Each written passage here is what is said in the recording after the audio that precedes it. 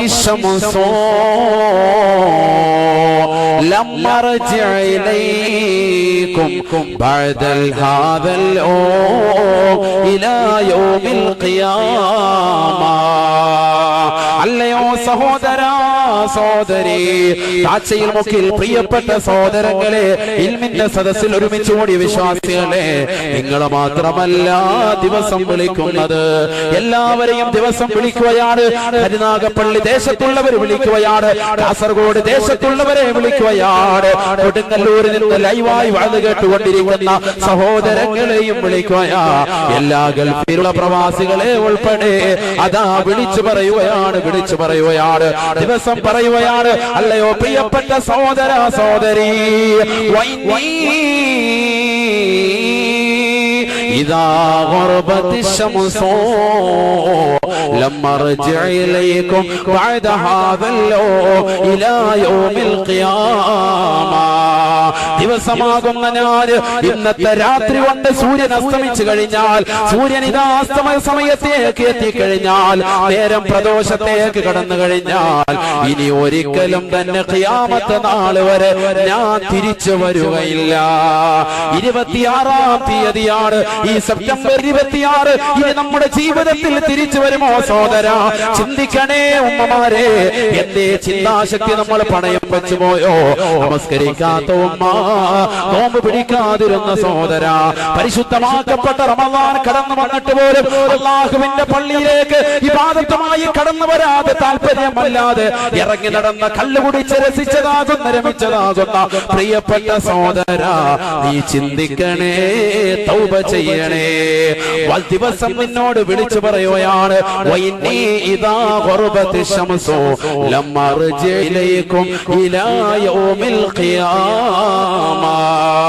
ഇനി ഖിയാമത്ത് നാൾ വരെ നിനക്ക് എന്നെ കിട്ടുകയില്ല, എന്നെ അമൽ ചെയ്യാൻ കിട്ടുകയില്ല. അസ്തമിച്ചു കഴിഞ്ഞാൽ കഴിഞ്ഞില്ലേ, ഇന്നത്തെ ഡേറ്റ് കഴിഞ്ഞു, മഗ്‌രിബോട് കൂടി. അങ്ങനെയാണ് അറബി മാസം അങ്ങനെയാണ് കണക്കാക്കുക. മഗ്‌രിബോട് കൂടി ദിവസം കഴിഞ്ഞു, നാളത്തെ ഡേറ്റ് ഇന്ന് പോലെ തുടങ്ങി കഴിഞ്ഞിരിക്കാൻ, മഗ്‌രിബോട് കൂടി തുടങ്ങി. അങ്ങനെയാണ് മഗ്‌രിബ് മുതൽക്ക് പിറ്റേ ദിവസത്തെ മഗ്‌രിബ് വരെയാണ് നമ്മുടെ അറബി മാസത്തെ കലണ്ടർ പോകുന്നത്. മറ്റേത് ഇംഗ്ലീഷാണ്. രാത്രി 12 മണി മുതൽ ഉച്ചയ്ക്ക് 12 മണി വരെ കണക്കാക്കുന്ന ഒരു സമയം. നമ്മുടേത് അങ്ങനെയല്ല. രാത്രി 12 മണി തുടങ്ങി പിറ്റേ ദിവസം 12 മണി വരെ, രാത്രി എത്തുന്നത് വരെ 11:59 വരെ, അത് ഇംഗ്ലീഷ് കലണ്ടർ പ്രകാരമാണ്. നമ്മുടെ അങ്ങനെയല്ല, മറിച്ച് മഗ്‌രിബ് മുതൽക്കാണ്. അതുകൊണ്ട്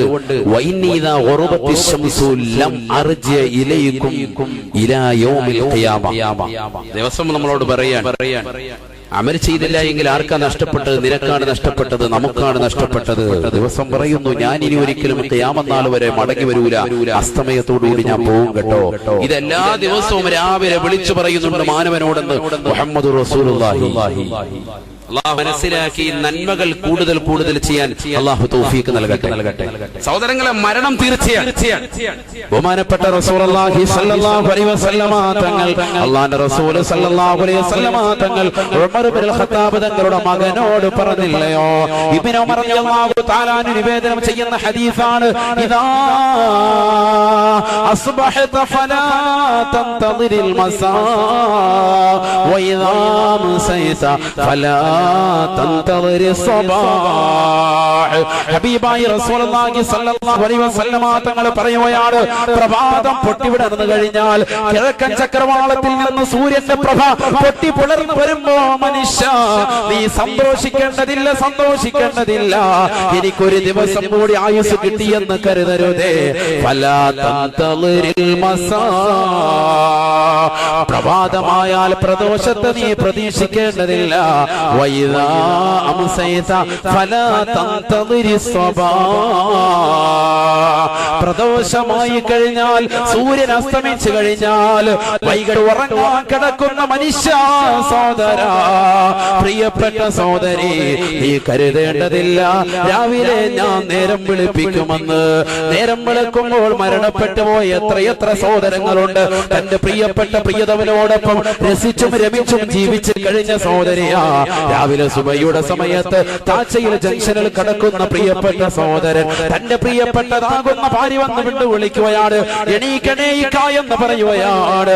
അതാ ഇക്ക എഴുന്നേറ്റ് കാണുമെന്ന് കരുതിക്കൊണ്ട് ഒന്നുകൊടുത്ത് കടന്നു വരുന്ന സഹോദരി വീണ്ടും ഇക്കയെ കാണുന്നത് ഉറങ്ങി കിടക്കുകയാണ്. വിളിക്കുകയാണ്, സഹോദര അല്ലയോ പ്രിയപ്പെട്ട പ്രിയതമായി എഴുന്നേൽക്കണേ, സുബഹി നമസ്കരിക്കണേ. ആ പാവപ്പെട്ട സഹോദരനെ കുലുക്കി വിളിക്കുകയാണ്. ബെഡ് കോഫി ഉണ്ടാക്കി കൊണ്ടുവന്ന് കൊടുത്തിട്ട് വീണ്ടും വിളിച്ചു നോക്കുമ്പോ ആ സഹോദരൻ അനക്കമില്ല. 2 മണിക്ക് 3 മണിക്ക് സൈലന്റ് അറ്റാക്ക് ആയി അദ്ദേഹം മരണപ്പെട്ടു പോയിട്ടുണ്ട്. ഒരു മനുഷ്യനും അറിയുന്നില്ല, ഒരു സഹോദരിയും അറിയുന്നില്ല. ഇതല്ലയോ മരണം, ഇതല്ലയോ ലോകത്ത് കണ്ടുകൊണ്ടിരിക്കുന്ന പ്രതിഭാസം. പിന്നെന്തിനാണ് സഹോദരി പരസ്പരം കടിച്ചു കീറുന്നത്? കാണുമ്പോൾ സലാം പറയാതെ മുഅ്മിനേ എന്തിനു വേണ്ടിയാണ് നിൽക്കുന്നത്? പരസ്പരം അന്യോന്യം ഇങ്ങോട്ടും സംസാരിക്കാതെ കഴിഞ്ഞുകൂടുന്നത് എന്തിനു വേണ്ടിയാണ്? മുസ്ലിമേ നീ ഒന്ന് നന്നാവണ്ടയോ? അതിലൂടെ മക്കളും നന്നാവണ്ടയോ? വൈദാ അംസൈത ഫലാ തന്തദിരി സബാ. പ്രദോഷമായാൽ പ്രഭാതത്തെയും പ്രതീക്ഷിക്കണ്ട എന്ന് നബിയുനാ റസൂലുള്ളാഹി സ്വല്ലല്ലാഹു അലൈഹി വസല്ലം. ചിന്തിച്ചു നോക്ക്, എന്താ ഈ പറയുന്നത്? ഇതൊക്കെ ഹദീസല്ലേ? അല്ലാഹു നമുക്ക് അമൽ ചെയ്യാൻ തൗഫീഖ് നൽകുമാറാവട്ടെ. ധാരാളം സുഹൃത്തുക്കൾ നമ്മുടെ ജീവിതത്തിൽ ചെയ്യാൻ അല്ലാഹു തൗഫീഖ് തരട്ടെ. എന്താണ് സഹോദരങ്ങളെ ഖബർ? ഞാൻ വിഷയത്തിലേക്ക് കിടക്കാം. ഇങ്ങനെ സമയം ഇങ്ങനെ പോകും. കാരണം ഇപ്പൊ തന്നെ അരമണിക്കൂറായി. 10 മണിക്ക് തുടങ്ങി 10:30 ആയി. നമ്മളിങ്ങനെ സമയം വെക്കൊണ്ടേയിരിക്കും. അങ്ങനെയാണല്ലോ നബി സല്ലല്ലാഹു അലൈഹി വസല്ലം തങ്ങൾ പറഞ്ഞല്ലോ, ലോകാവസാനമാകുമ്പോ ഒരു വർഷം ഒരു മാസമായി വരുമത്രേ. ഒരു മാസം ഒരാഴ്ചയായി നിങ്ങൾക്ക് തോന്നുമത്രേ. ഒരു ആഴ്ച ഒരു ദിവസമായി പരിണമിക്കുമത്രേ. ഒരു ദിവസം ഒരു മണിക്കൂറായി മാറുമത്രേ. ഒരു മണിക്കൂർ ഒരു മിനിറ്റായി, ഒരു മിനിറ്റ് ഒരു സെക്കൻഡായി മാറുമെന്ന്. അത് ലോകാവസാനത്തിന്റെ അടയാളമാണെന്ന് മുഹമ്മദ് റസൂലുള്ളാഹി സ്വല്ലല്ലാഹു അലൈഹി വസല്ലം. ഞാൻ എപ്പോഴും ചിന്തിക്കും, ജുമായ്ക്ക് മാത്രമാണ് കരുനാഗപ്പള്ളിയിൽ. വീട്ടിലോട്ടെത്തും, 2 പ്രസംഗം കഴിഞ്ഞ് വീട്ടിലെത്തും അടുത്ത വെള്ളിയാഴ്ച. ഞാൻ ഓർത്ത് അല്ലാഹ് ഇത് എത്ര പെട്ടെന്നാ വെള്ളിയാഴ്ച പെട്ടെന്നാകുന്നത് പോലെ എനിക്ക് തന്നെ അനുഭവപ്പെടുകയാണ്. ജുമുഅ പെട്ടെന്ന് തന്നെ വരികയാണ്. ഇപ്പൊ തന്നെ വ്യക്തമായി നമുക്ക് മനസ്സിലായി, വ്യക്തമായി തിരിച്ചറിവ് നമുക്ക് തന്നെ പലർക്കും അങ്ങനെയുണ്ട്. ചില ആളുകൾ വിവാഹം കഴിഞ്ഞിട്ട് പറയും, എന്റെ വിവാഹം കഴിഞ്ഞിട്ട് 3 കൊല്ലമായി. അപ്പോഴാണ് പലരും ചിന്തിക്കുന്നത്, സുബ്ഹാനല്ലാഹ് 3 കൊല്ലം കഴിഞ്ഞോ? വാപ്പ മരണപ്പെട്ടു പോയിട്ട് ഉസ്താദേ 10 കൊല്ലം കഴിഞ്ഞു.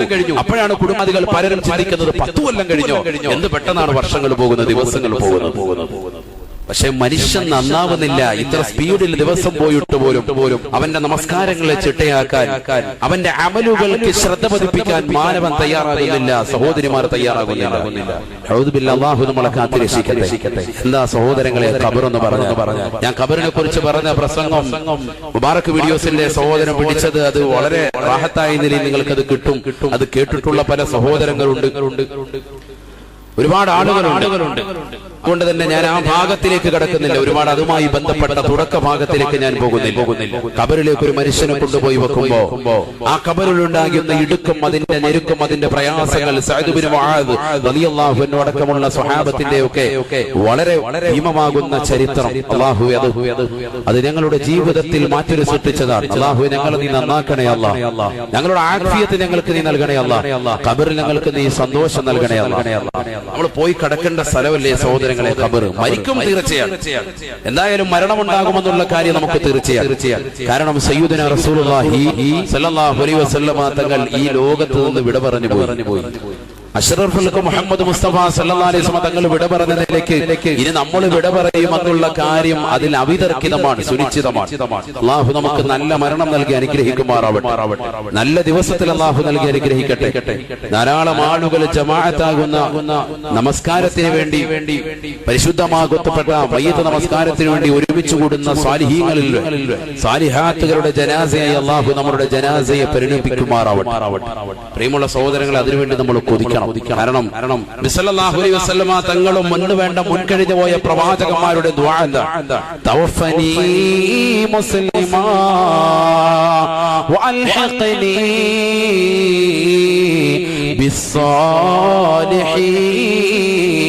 ബിസ്സാലിഹീൻ. ഇതെപ്പോഴും നമ്മൾ ദ്വാരക്കേണ്ടതാണ്. തവഫനി മുസ്ലിമ, അല്ലാഹു എന്നെ മുസ്ലിമായിട്ട് നീ മരിപ്പിക്കണേ. വൽഹിഖ്നി ബിസ്സാലിഹീൻ, സാലിഹീങ്ങളാകുന്ന സജ്ജനങ്ങളാകുന്ന ആലിമീങ്ങൾ, ഉലമാക്കൾ, ഉമറാക്കൾ, സാലിഹത്തുകളാകുന്ന സഹോദരിമാർ, അവരോടൊപ്പം എന്റെയും നീ കൂട്ടണേ അല്ലാഹ്. എപ്പോഴും നമ്മുടെ ദുആയിൽ വേണം. ഇതൊക്കെ ഈ ദുആകളൊന്നും ഇന്ന് നമസ്കാരത്തിന് ശേഷം കേൾക്കാനില്ല.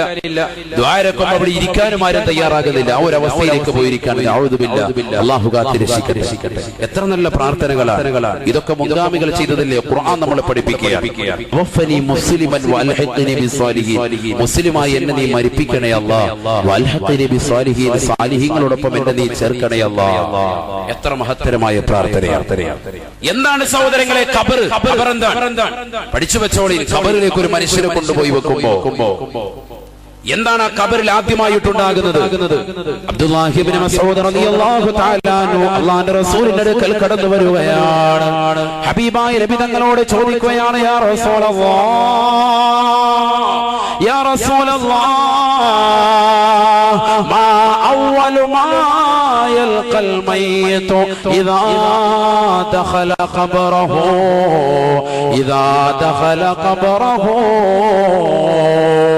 ഹബീബായ റസൂലുള്ളാഹി സ്വല്ലല്ലാഹു അലൈഹി വസല്ലമ തങ്ങളോട് ഇബ്നു മസ്ഊദ് റളിയല്ലാഹു തആല അൻഹു അല്ലാഹുവിന്റെ നബി തങ്ങളോട് ചോദിക്കുകയാണ്, നബിയേ, ഒരു മനുഷ്യനെ കൊണ്ടുപോയ ഖബറിലേക്ക് വെച്ച് കഴിഞ്ഞാൽ ആദ്യമായ ഖബറിൽ സംഭവിക്കുന്നത്, ഖബറിൽ അവൻ കണ്ടുമുട്ടുന്നത് ആരെയായിരിക്കും ഖബറിൽ അവൻ കണ്ടുമുട്ടുക? ഒരു സഹാബിയുടെ ചോദ്യമായി, ആരെയാ കണ്ടുമുട്ടുക? നിങ്ങൾ പറയാ.